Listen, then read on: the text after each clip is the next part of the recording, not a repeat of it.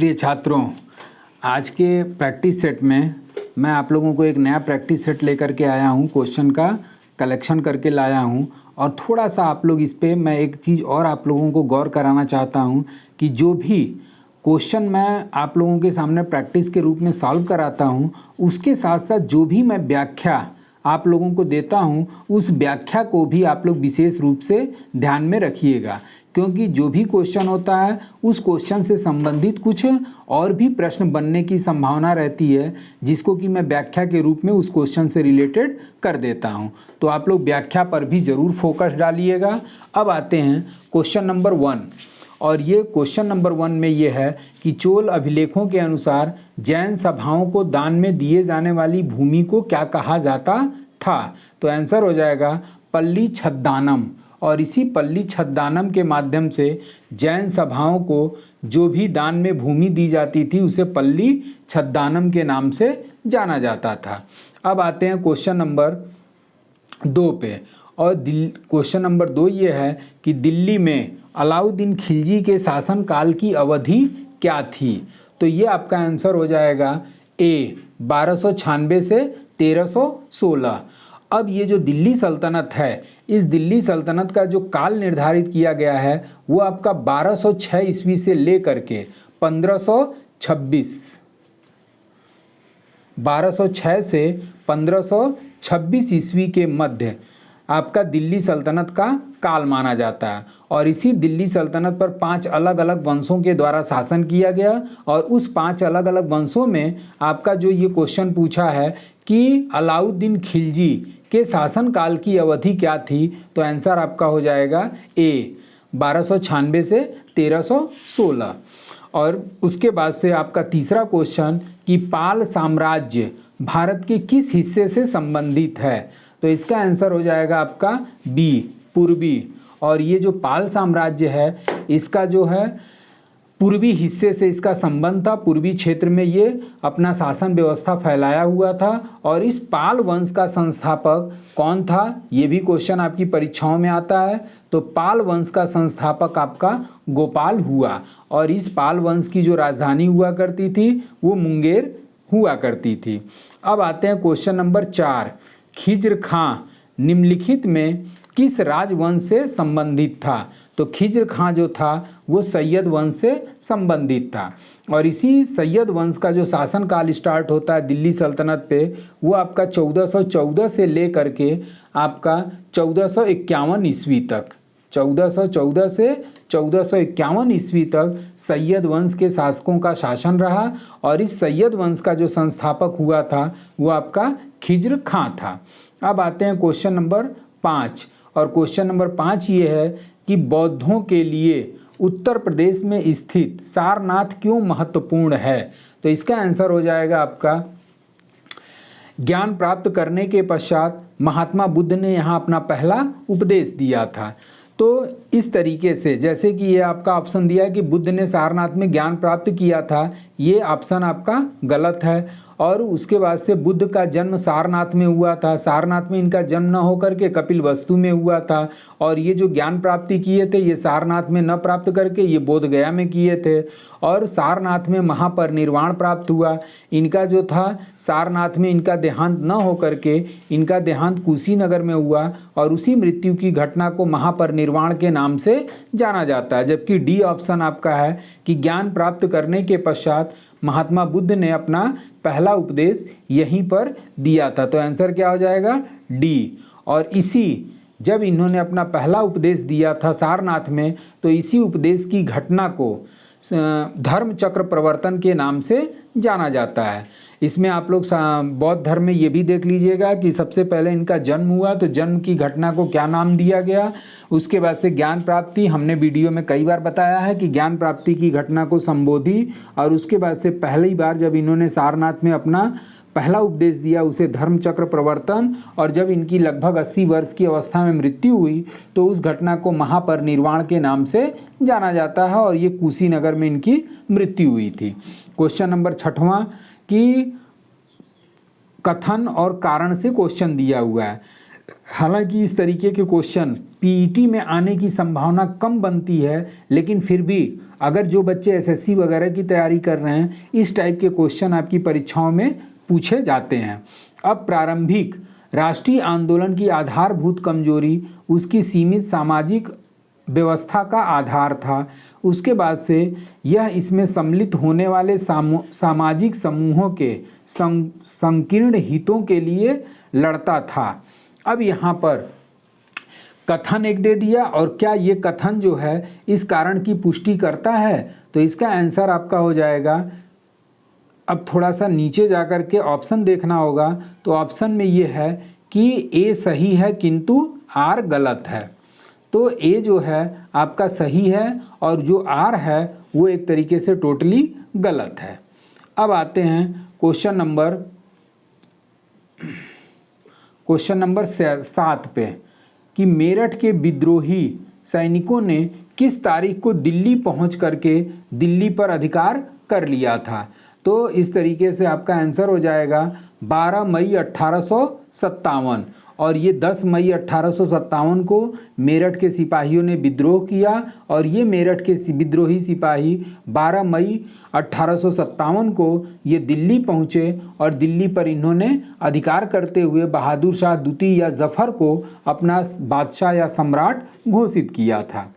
अब आते हैं क्वेश्चन नंबर 8, किस स्थान पर हुए विद्रोह के दमन के दौरान ब्रिटिश सैन्य अधिकारी हैवलॉक की मौत हो गई थी। तो इसका आंसर हो जाएगा आपका लखनऊ, सी।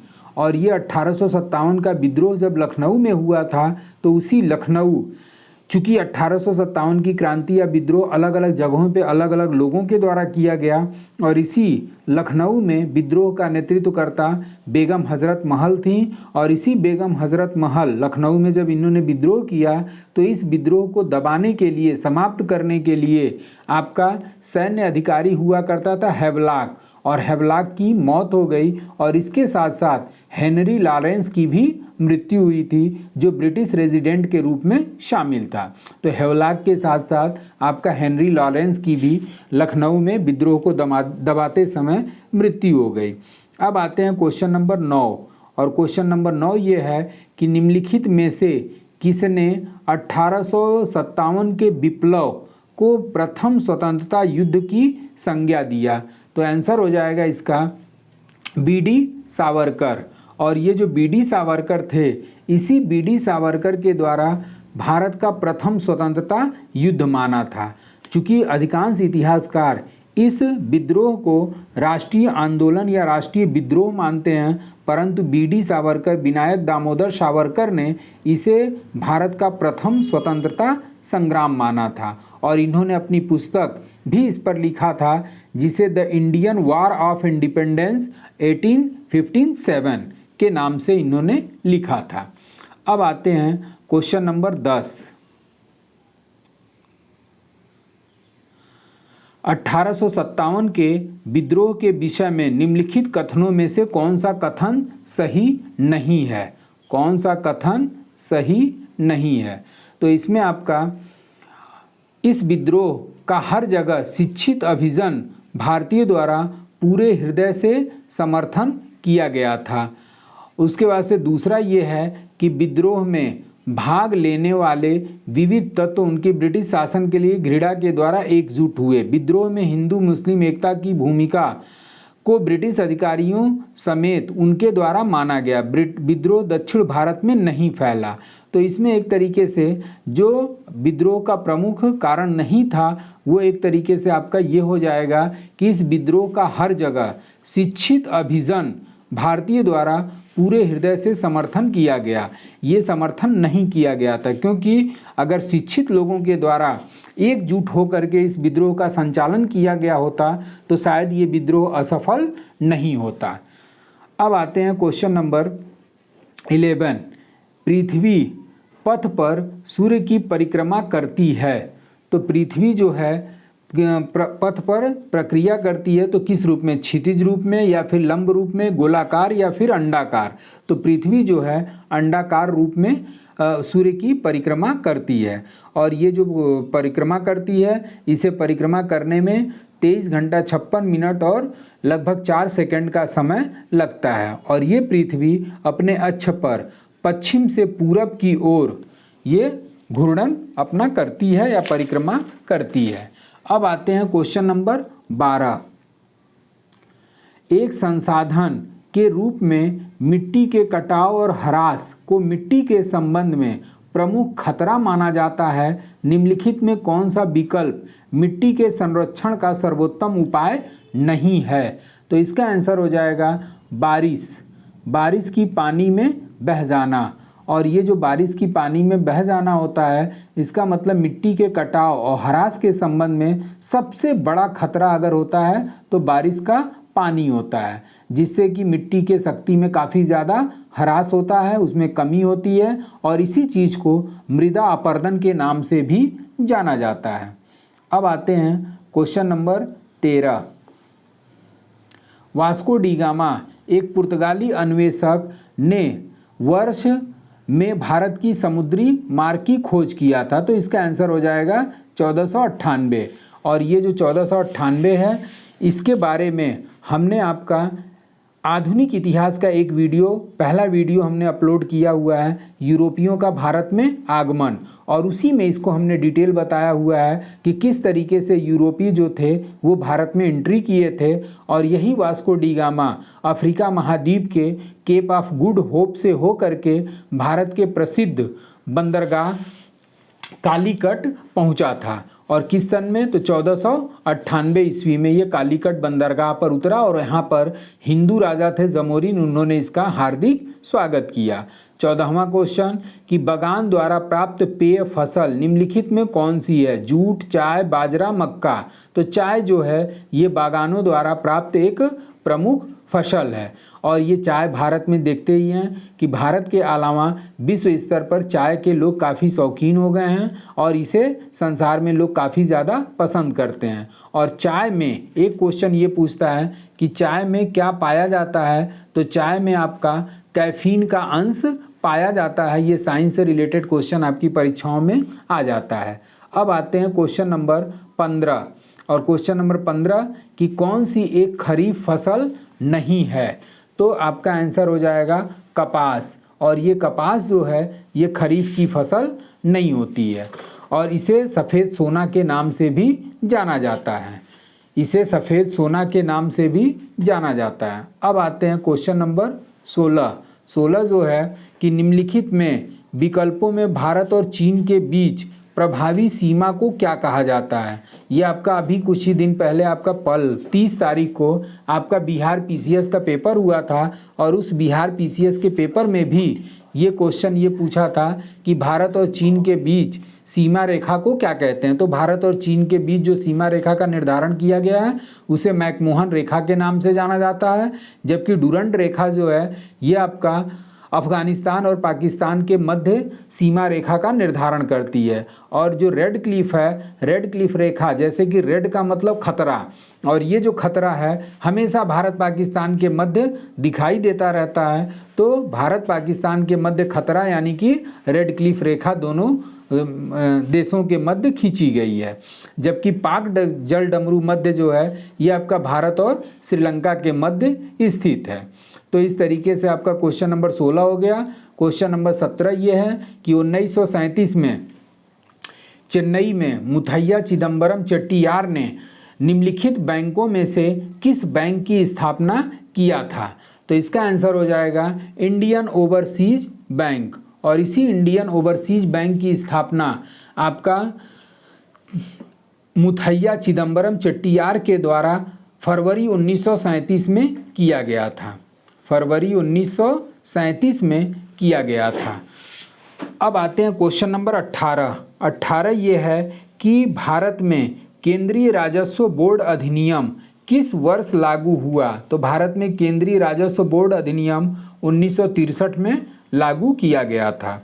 अब आते हैं क्वेश्चन नंबर 19। और क्वेश्चन नंबर 19 ये है कि राज्य वित्तीय निगम अधिनियम किस वर्ष पारित किया गया। तो ये जो राज्य वित्तीय निगम अधिनियम है ये आपका 1951 में पारित किया गया और इसी अधिनियम के तहत निगमों की स्थापना की जाती है।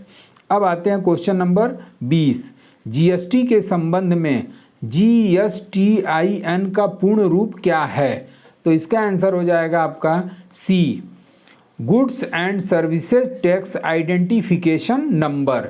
और ये जो जीएसटी से संबंधित GSTIN नंबर जो है इसका फुल फॉर्म हो जाता है गुड्स एंड, GSTIN का फुल फॉर्म हो जाता है goods and services tax identification number. और ये जो होता है ये 15 अंकों का एक नंबर होता है जो पंजीकृत व्यापार को पहचान करने के लिए किया जाता है। अब आते हैं क्वेश्चन नंबर 21। क्वेश्चन नंबर 21 है कि सर्वोच्च न्यायालय के न्यायाधीश पद पर नियुक्ति के पात्र बनने के लिए किसी जज को उच्च न्यायालय के न्यायाधीश के रूप में कितने वर्ष की सेवा आवश्यक है? तो इसका आंसर हो जाएगा आपका 5 वर्ष। और कोई भी ऐसा व्यक्ति जो उच्च न्यायालय का न्यायाधीश 5 वर्षों तक रह चुका है उसे सर्वोच्च न्यायालय में न्यायाधीश के पद पर नियुक्त किया जा सकता है। इसके साथ साथ अगर कोई व्यक्ति 2 या 2 से अधिक राज्यों के उच्च न्यायालय में 10 वर्ष तक अधिवक्ता के रूप में कार्य कर चुका है तो उसे सर्वोच्च न्यायालय का न्यायाधीश नियुक्त किया जा सकता है।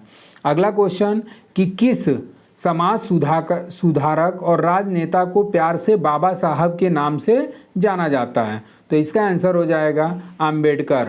और इसी डॉक्टर भीमराव आम्बेडकर को बाबा साहब के नाम से जाना जाता है, जिनका जन्म जो है 14 अप्रैल 1891 को 14 अप्रैल 1891 को कहाँ पर हुआ था?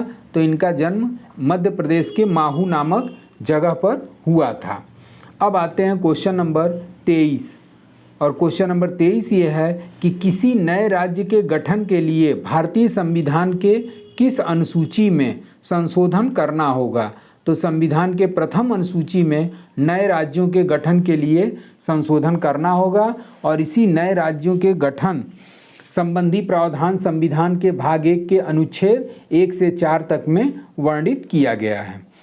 अब आते हैं क्वेश्चन नंबर 24। भारत के राष्ट्रपति का कार्यकाल कितने वर्ष का होता है? तो आंसर हो जाएगा आपका 5 वर्ष। और ये जो 5 वर्ष है इस 5 वर्ष के पहले चाहे तो राष्ट्रपति अपना त्यागपत्र उपराष्ट्रपति को देगा और इसके पहले उसे पद से हटाया जा सकता है और इस पद से हटाए जाने की प्रक्रिया महाभियोग के नाम से जानी जाती है। अब आते हैं क्वेश्चन नंबर 25। और क्वेश्चन नंबर 25 ये है कि कौन सी गांधीवादी दर्शन का हिस्सा नहीं है? तो इसका आंसर हो जाएगा आपका सी, व्यवसाय। और गांधी जी व्यवसाय के संबंध में ज़्यादा जोर नहीं दिए थे, जबकि अहिंसा हो गया, ब्रह्मचर्य हो गया, सत्याग्रह हो गया, ये सभी गांधीवादी विचारधारा के हिस्सा माने जाते हैं। क्वेश्चन नंबर 26 कि निम्नलिखित में किसका उपयोग परमाणु रिएक्टर के मॉडरेटर के रूप में किया जाता है? तो इसका आंसर हो जाएगा आपका बी, ग्रेफाइट। और इस ग्रेफाइट का प्रयोग जो है एक नाभिकीय विखंडन के लिए किया जाता है जो कि ऊर्जा उत्पन्न करता है। अब आते हैं क्वेश्चन नंबर 27।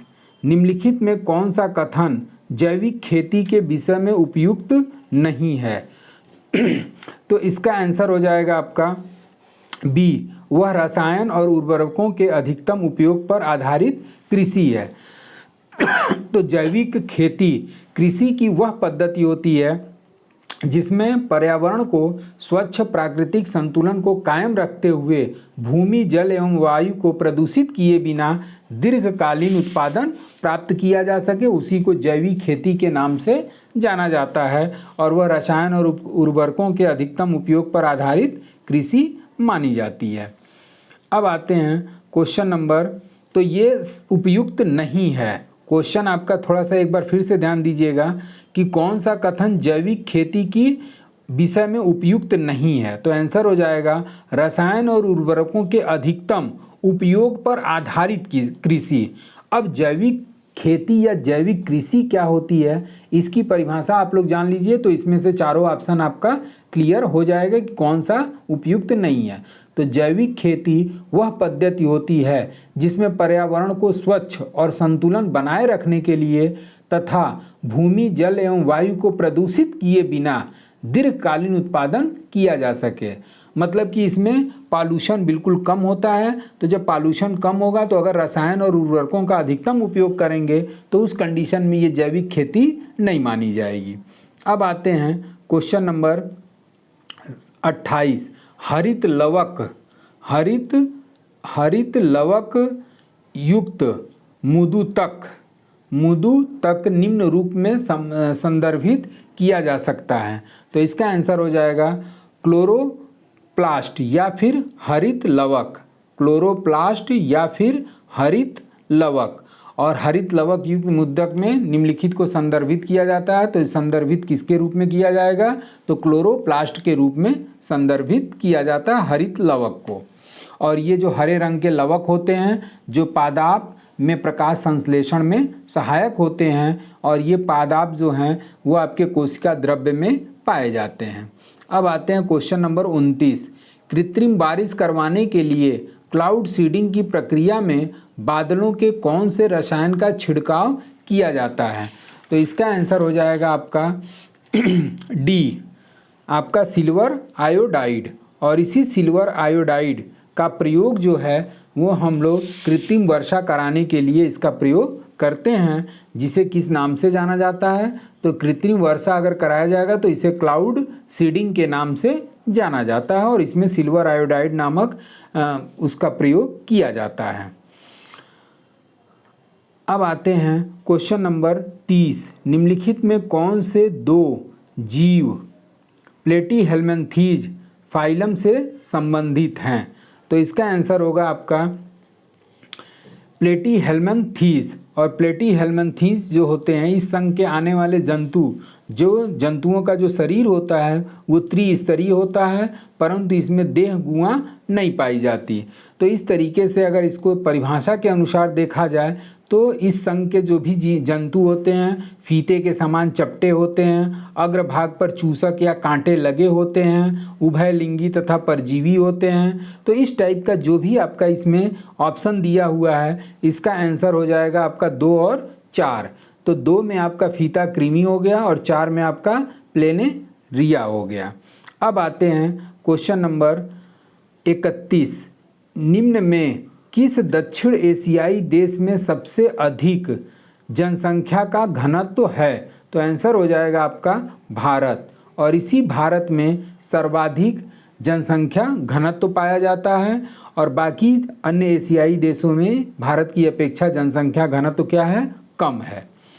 अब आते हैं क्वेश्चन नंबर 32। कौन सा जैव विविधता के लिए एक सबसे बड़ा खतरा है? तो आंसर इसका होगा प्राकृतिक आवासों और वनस्पतियों का विनाश तथा झूम कृषि। तो अगर प्राकृतिक आवासों और वनस्पति का विनाश तथा झूम खेती होगी तो ये जैव विविधता के लिए सबसे बड़ा खतरा माना जाता है, जबकि बाकी आपका ऑप्शन जैव विविधता में बाधक नहीं होता। अगला क्वेश्चन कि सर्वाधिक बोली जाने वाली भाषा कौन सी है? तो विश्व में सबसे ज़्यादा बोली जाने वाली भाषा आपका चाइना की मंदारिन है। चाइना की मंदारिन। और इसी चाइना की मंदारिन जो है ये भारत में विश्व में बोली जाने वाली सबसे ज़्यादा भाषा है, जिसे चीनी मंदारिन के नाम से भी जाना जाता है। चूँकि वहाँ का पॉपुलेशन अधिक है इस वजह से सबसे नंबर 1 पे यही आएगा। दूसरे नंबर पे आपका अंग्रेज़ी आ जाता है और तीसरे नंबर पे हमारी हिंदी आती है। अब आते हैं क्वेश्चन नंबर 34। और क्वेश्चन नंबर 34 ये है कि जिम कॉर्बेट नेशनल पार्क कहाँ है? तो जिम कॉर्बेट नेशनल पार्क आपका उत्तराखंड में है और ये Jim Corbett national park Bharat का प्रथम राष्ट्रीय उद्यान है। 35 नंबर कि कौन सा मेल सही नहीं है? तो महुआ टाई अभ्यारण्य पलामू, तोप चांची अभ्यारण्य धनबाद, उसके बाद से उदवा पक्षी विहार कोडरमा, उसके बाद से लायलांग अभ्यारण्य चतरा। तो इसमें क्वेश्चन ये है कि सही मेल नहीं है, तो इसका आंसर हो जाएगा उदवा पक्षी विहार। और ये उदवा पक्षी विहार जो है कोडरमा में न होकर के ये बिहार के साहेबगंज जिले में स्थित है। बिहार के साहेबगंज जिले में स्थित है। अब आते हैं क्वेश्चन नंबर 36 और क्वेश्चन नंबर 36 ये है कि धौलापुर पावर परियोजना आधारित होगी। तो धौलापुर जो पावर परियोजना है ये आपका किस पर आधारित होगी? तो आंसर हो जाएगा गैस पर यह आधारित होगी।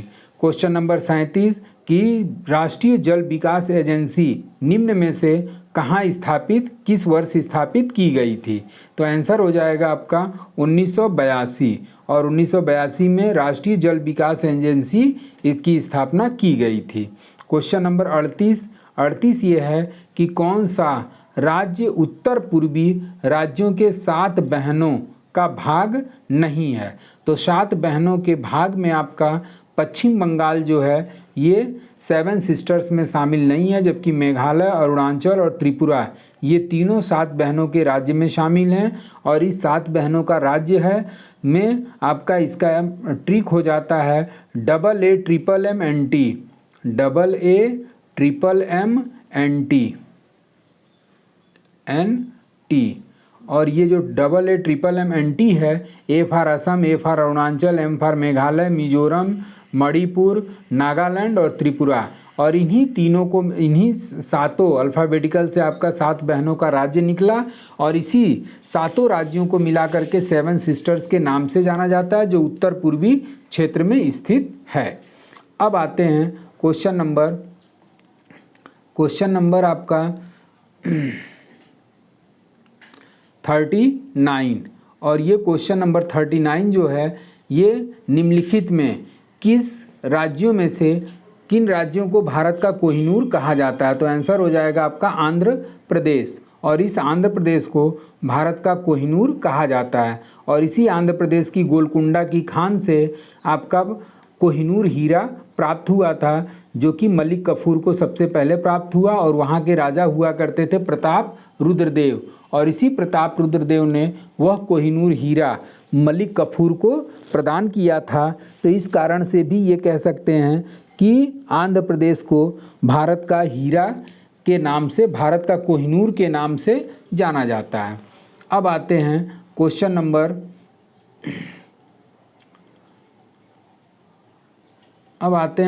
नंबर 40 पे। क्वेश्चन नंबर 40 और क्वेश्चन नंबर 40 जो है, क्वेश्चन नंबर 40 में सूची 1 से 2 को क्या करना है? सुमेलित करना, और ये राज्य और राजधानी से रिलेटेड है। और इस राज्य और राजधानी में जैसे कि आपका एक तरफ आपका स्टेट का नाम दे दिया गया और दूसरी तरफ उसकी राजधानी। तो असम की राजधानी कहाँ है? तो असम की राजधानी दिसपुर। मिजोरम की राजधानी कहाँ है? तो मिजोरम की आपकी आइजोल हो जाएगी। गुजरात की राजधानी गांधीनगर और मणिपुर की राजधानी इम्फाल है। तो इस ऑप्शन को हमने मैच करा दिया। अब इसमें जो भी ऑप्शन होगा उस ऑप्शन पे आप टिक मार लीजिएगा। क्वेश्चन नंबर 41 ये है कि खो खो के खेल के बारे में कौन सा कथन सही है, कौन सा कथन सही नहीं है? तो इसमें आपका मैच शुरू करने के लिए शुरुआत में 10 खिलाड़ी मैदान में उतरते हैं। ये एक तरीके से बी ऑप्शन आपका टोटली गलत है। यह भारत का सबसे पुरानी पारंपरिक टैग खेलों में से एक है, ये सही है। यह एक टीम गेम है, ये भी सही है। विपरीत टीम में 3 रक्षक छूने से बचने की कोशिश करते हैं और पीछा करने वाला इसको छू करके वो जीतता है। क्वेश्चन नंबर 42, आप सतीश लिंगम का नाम किस खेल से जोड़ेंगे? तो सतीश लिंगम का जो खेल है उनका संबंध जो है वो भारोत्तोलन से है, और ये सतीश लिंगम तमिलनाडु के एक भारोत्तोलक हैं, और इन्होंने 2014 और 2018 राष्ट्रमंडल खेल दोनों में इन्होंने स्वर्ण पदक जीता था। अब आते हैं क्वेश्चन नंबर 43 कि वह पहला भारतीय कौन था जो न्याय के अंतर्राष्ट्रीय न्यायालय का अध्यक्ष चुना गया? तो अंतर्राष्ट्रीय न्यायालय में अध्यक्ष पद पर चुने जाने वाले पहले भारतीय थे डॉक्टर नागेंद्र सिंह। अब आते हैं क्वेश्चन नंबर 44 कि प्रथम भारतीय टेस्ट क्रिकेट टीम का कप्तान कौन था? तो इसका आंसर हो जाएगा CK नायडू, और ये जो सीके नायडू थे ये प्रथम भारतीय टेस्ट क्रिकेट टीम के कप्तान हुए थे और इसी सीके नायडू पर एक सीके नायडू ट्रॉफी का भी आयोजन किया जाता है और 1956 में इन्हें पद्म भूषण से भी सम्मानित किया जा चुका है। क्वेश्चन नंबर आपका 45 कि विश्व मलेरिया दिवस प्रत्येक वर्ष कब मनाया जाता है? तो आपका विश्व मलेरिया दिवस जो है वो प्रत्येक वर्ष 25 अप्रैल को मनाया जाता है। अब आते हैं क्वेश्चन नंबर 46 कि अकबर का मकबरा कहाँ स्थित है? अकबर का मकबरा कहाँ स्थित है? तो अकबर का मकबरा आपका आंसर हो जाएगा सिकंदरा में स्थित है और सिकंदरा आपका आगरा में स्थित है और इसी सिकंदरा नामक जगह पर अकबर को दफनाया गया था। अगला क्वेश्चन कि डिवाइन कॉमेडी पुस्तक का लेखक कौन है? तो डिवाइन कॉमेडी पुस्तक के लेखक आपके थे दांते अलीगिरी, दांते अलीगिरी और इसका आंसर आपका हो गया सी और यही डिवाइन कॉमेडी पुस्तक के लेखक हैं। अब आते हैं क्वेश्चन नंबर 48 और क्वेश्चन नंबर 48 है कि राजीव गांधी खेल रत्न पुरस्कार का नया नाम क्या बदल करके रखा गया? तो आंसर हो जाएगा आपका मेजर ध्यानचंद खेल पुरस्कार और ये जो राजीव गांधी खेल रत्न पुरस्कार हुआ करता था इसकी शुरुआत 1991-92 में की गई थी और पहला राजीव गांधी खेल रत्न पुरस्कार जो था वो शतरंज खिलाड़ी विश्वनाथन आनंद को प्रदान किया गया और कुछ समय पहले अभी 2020 के आसपास ये राजीव गांधी खेल रत्न पुरस्कार का नाम बदल करके मेजर ध्यानचंद खेल रत्न पुरस्कार कर दिया गया और इस पुरस्कार की जो राशि होती है वो 25 लाख रुपए प्रत्येक खिलाड़ी को प्रदान की जाती है। क्वेश्चन नंबर 49 पुलित्जर पुरस्कार निम्नलिखित क्षेत्रों में से किसमें उपलब्धि के लिए एक पुरस्कार है? तो आंसर हो जाएगा आपका बी संयुक्त राज्य अमेरिका में समाचार पत्र पत्रिका या ऑनलाइन पत्रिका या साहित्य और संगीत रचना के लिए प्रत्येक वर्ष यूएसए गवर्नमेंट के द्वारा पुलित्जर पुरस्कार दिया जाता है। इस पे क्वेश्चन ये भी आता है कि पुलित्जर पुरस्कार का संबंध है तो सीधे आंसर हो जाता है पत्रकारिता से रिलेटेड। अब आते हैं क्वेश्चन नंबर 50 कि भारतीय दलहन अनुसंधान केंद्र कहाँ स्थित है? तो आंसर हो जाएगा आपका कानपुर और इसी कानपुर में भारतीय दलहन अनुसंधान संस्थान की स्थापना की गई थी और ये स्थापना किस सन में की गई थी? तो ये आपका 1983 में की गई थी। तो आज के लिए ये प्रैक्टिस सेट हमने सॉल्व करा दिया और आज के लिए बस इतना ही। Thank you so much.